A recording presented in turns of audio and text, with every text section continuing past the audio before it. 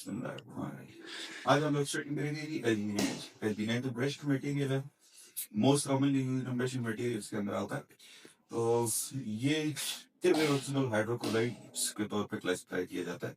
अगर आप क्लासिफिकेशन में जाएंगे तो ये इरिवर्सिबल मटेरियल है, बार बार यूज नहीं किया जा सकता, ये केमिकल रिएक्शन सेट करता है और केमिकली ये हाइड्रोक्लोराइड्स के अंदर क्लासिफाई होता है। तो हम इसे कहेंगे इरिवर्सिबल हाइड्रोक्लोराइड्स।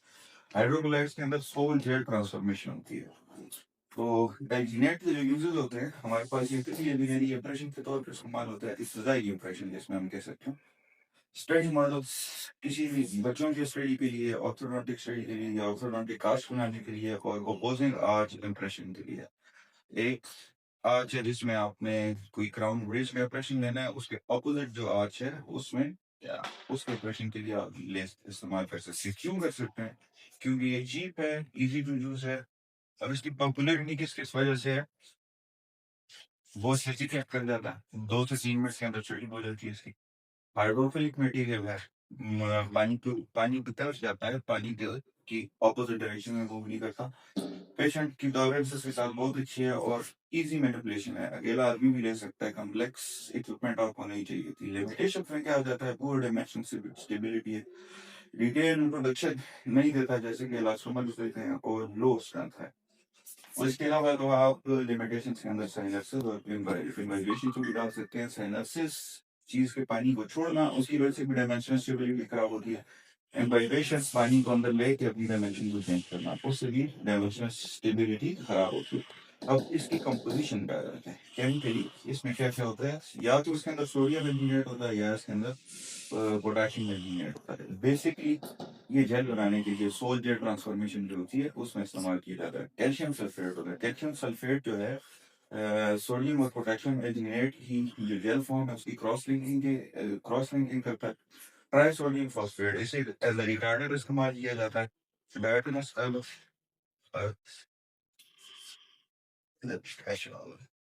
ये स्ट्रेंथ प्रोवाइड करती है और कल दिन एजेंट इसकी स्टेबिलिटी को इम्प्रूव करने के लिए होता है।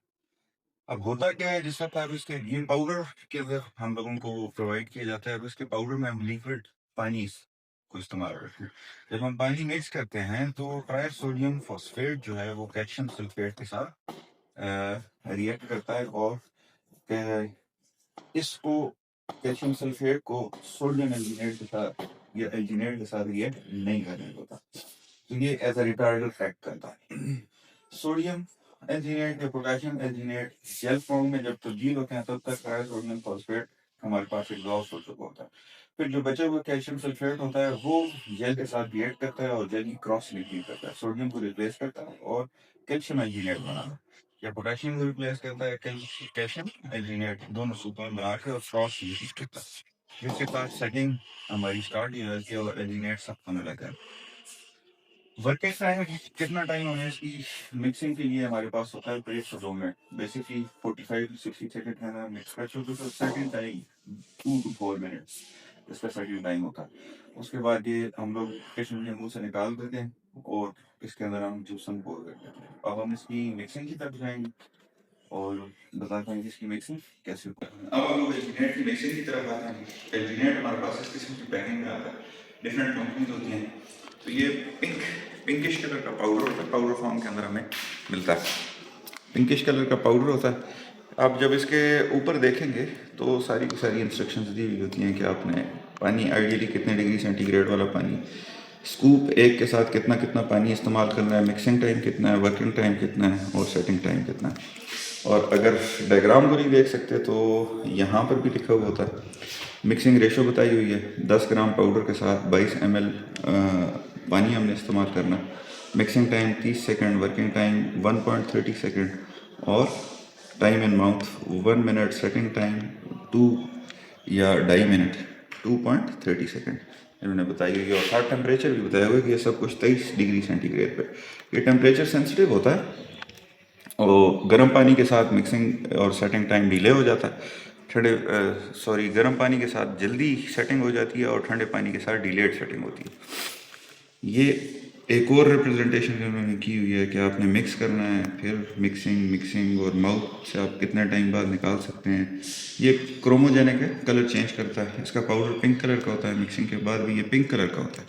फिर जिस वक्त ये सेट कर जाता है तो ये कलर चेंज करके वाइट हो जाता है, तब आप इसको पेशेंट के मुंह से निकाल सकते हैं। हमारे पास पेशेंट तो नहीं है, हम लोग मॉडल के ऊपर आपको इंप्रेशन लेना मकसद है, मिक्सिंग सिखाना, तो वो सिखाएंगे आप। एक चीज़ बस समझ लें, फर्ज करेंगे ये पेशेंट है, तो जब आप पेशेंट का इंप्रेशन ले रहे हैं, ट्रे सिलेक्शन हम लोग पिछली वीडियो में कर चुके हैं कि कैसे करनी है और क्या करना है। तो मैक्सिलरी के लिए आपने पेशेंट के पीछे खड़े होकर इंप्रेशन लेना, और मैंडिबुलर के लिए आपने पेशेंट के आगे खड़े होना है। 7 या 8 o'clock पे खड़े होकर इंप्रेशन लेना है, और मैक्सिलरी के लिए आपने 11 या 12 o'clock पे खड़े होकर इंप्रेशन लेना है। तो जब हमें चीज़ें क्या क्या चाहिए होती हैं एल्जीनेट मिक्सिंग के लिए, पाउडर चाहिए होता है, स्पैचुला चाहिए होता है, बाउल चाहिए होता है, इंप्रेशन ट्रेस चाहिए होती हैं, और अगर आप नए हैं तो आपको एक स्कूप या मेजरिंग डिवाइस या मेजरिंग इंस्ट्रूमेंट चाहिए होता है जिससे आप अंदाज़ा लगा सकें। तो मिक्सिंग के लिए अब आपको क्या करना है, सबसे पहले रिक्वायर्ड अमाउंट ऑफ एल्जीनेट लेना है, जितना एल्जीनेट आपको रिक्वायर्ड है ये आपने ले लिया।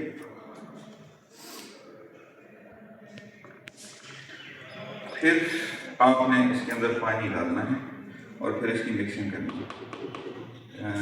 मिक्सिंग अब आपने कैसे करनी है, पानी डालने से पहले पहले इसको अच्छे तरीके से सोक हमने नहीं करना, बहुत ज़्यादा पानी नहीं डालना, जैसे हम लोग जिप्सम के लिए डालते हैं। आपने बहुत कम पानी डालना होता है, और ऐसे ऐसे या फिगर ऑफ 8 वाली मूवमेंट जैसे जिप्सम के लिए होती है वो आपने बिल्कुल भी नहीं करनी है। आपने इस तरह मिक्सिंग स्टार्ट करनी है कि बाउल भी फिरेगा और आपका स्पैचुला भी फिरेगा, और ये टाइट होके एल्जीनेट और एल्जीनेट आपके स्पैचुला और बाउल के दरमियान में अच्छे तरीके से कंप्रेस हो रहा होगी, ये मूवमेंट होगी, लेकिन थोड़ा सा तेज करेगा कि एल्जीनेट सेट ना कर जाए।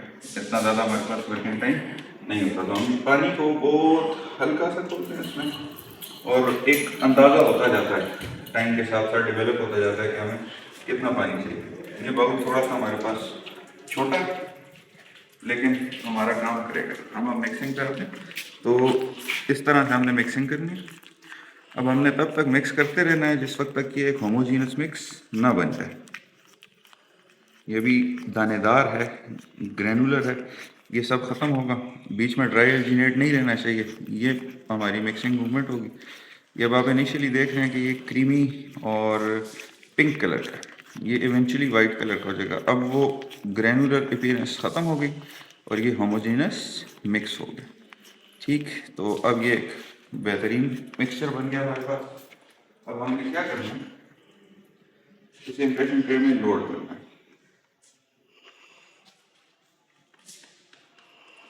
तो एल्जीनेट को हम इंक्रीमेंट्स के अंदर लोड करते हैं, बल्क में एकदम से ट्रे में नहीं डालते, इस तरह से डालेंगे।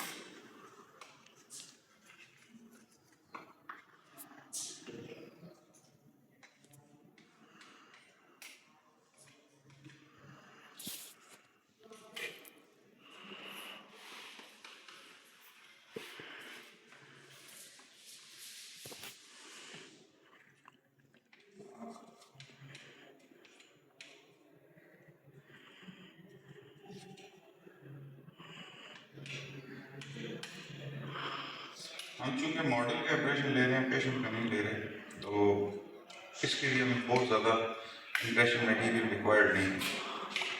फिर आपने क्या करना होता है, थोड़ा सा अपने हाथ को गीला करके टॉप मोस्ट लेयर को थोड़ा स्मूथ कर देना, ठीक है। फिर आपने पेशेंट का इस तरह हम प्लेस कर देते हैं। बेसिकली हम इंप्रेशन ट्रे को अंदर लेके जाते हैं, लेकिन हमारे पास अभी ये मोबाइल, तो स्ट्रे सीट करने का तरीका क्या होता है, आप एक साइड से लेके जाते हैं, पहले पोस्टीरियरली इंसर्ट करते हैं, फिर एंटीरियरली, और फिर दूसरी साइड की तरफ लेके जाके थोड़ा सा ट्रे को ऐसे कंप्रेस कर देते हैं, ऐसे इस तरीके से आपका इंप्रेशन हो जाता है।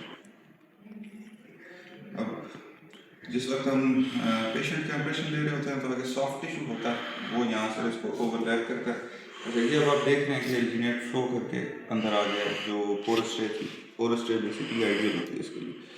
ये चीज़ें, ये जो चीज़ें बाहर निकल आई जिनको मैं अभी हटा रहा हूँ, ये बेसिक रिटेंशन प्रोवाइड करती हैं इंप्रेशन मटेरियल की ट्रे के अंदर, और ये अब कलर चेंज करने लग गए। पिंक से हल्के हल्के वाइट की तरफ मूव करता जा रहा है। थोड़ा सा सख्त हो गया, ऐसे ऐसे करें तो रबड़ी अपीयरेंस होती जाती है।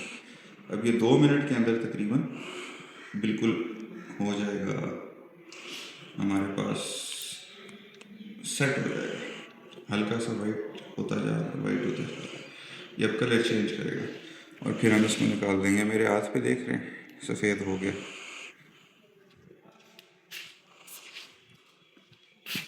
जिस वक्त रिक्वायर्ड टाइम को पहुँचता है तो फिर हमने क्या करना होता है, इम्प्रेशन को रिमूव कर लेना है। अब इम्प्रेशन को हमने एक ही झटके में रिमूव करना होता है या दूसरा तरीका है, इसके हैंडल से पकड़ के भी खींच सकते हैं। और स्टिल अगर यूँ नहीं हो रहा, बहुत ज़्यादा पेशेंट के दौरान से नहीं है, उसमें अगर कट ज़्यादा है, तो आप ये पोस्टीरियर एरिया में अपनी उंगली को लेके जाकर थोड़ा सा ऐसे भी पुश कर सकते हैं, तो इम्प्रेशन बहुत ईजीली इस तरह से निकल जाता है। ठीक है।